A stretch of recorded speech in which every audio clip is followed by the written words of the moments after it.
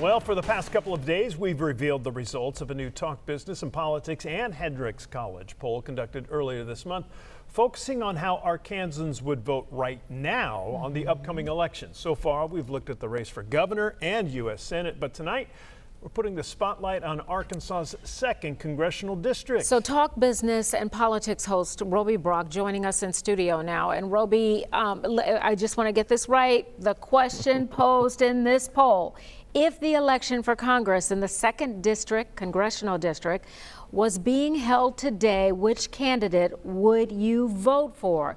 If it were held today, what did you discover? It won't be held until November, but if it were held today, this is how people have told us, excuse me, they would align 48% of their vote would go to Chris Jones, the Democrat in this race, Congressman French Hill at 44%, and 8% don't know, undecided. The margin of error in this poll is 5.3%.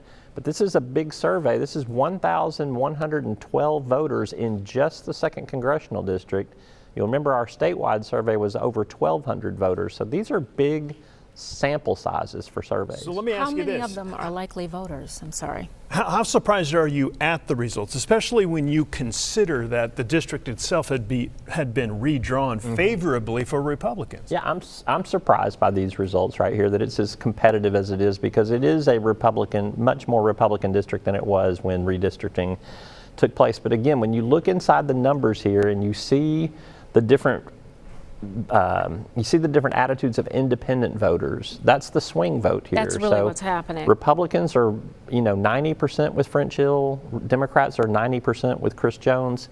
But independent voters, by a more than 2-to-1 margin, are saying they're aligning with Chris Jones now. But the question is, how many of these folks who are polled will actually get out and vote? How many of them are likely voters and not just people who are on the sidelines complaining or agreeing with? So in our survey, we only survey likely voters. You would have had to have voted in 2 of the last 4 elections, general elections, and you would have had to indicate that you are likely to vote in this upcoming election.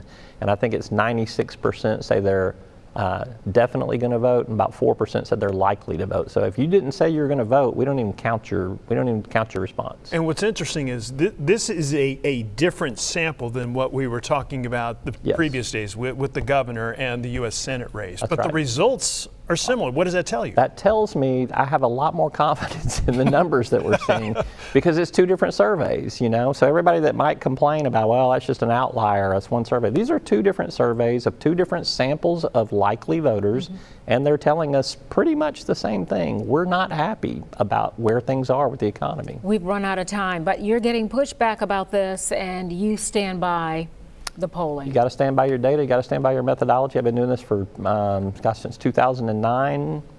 I'll stick with what I'm doing. Well, we'll see what happens when the purse strings open and the ads start to hit the air. They're coming. I know you got another poll later on. That will tell the story. All right, Roby, as always, great to have you here. Thanks for doing the poll. Good to be with y'all. All right.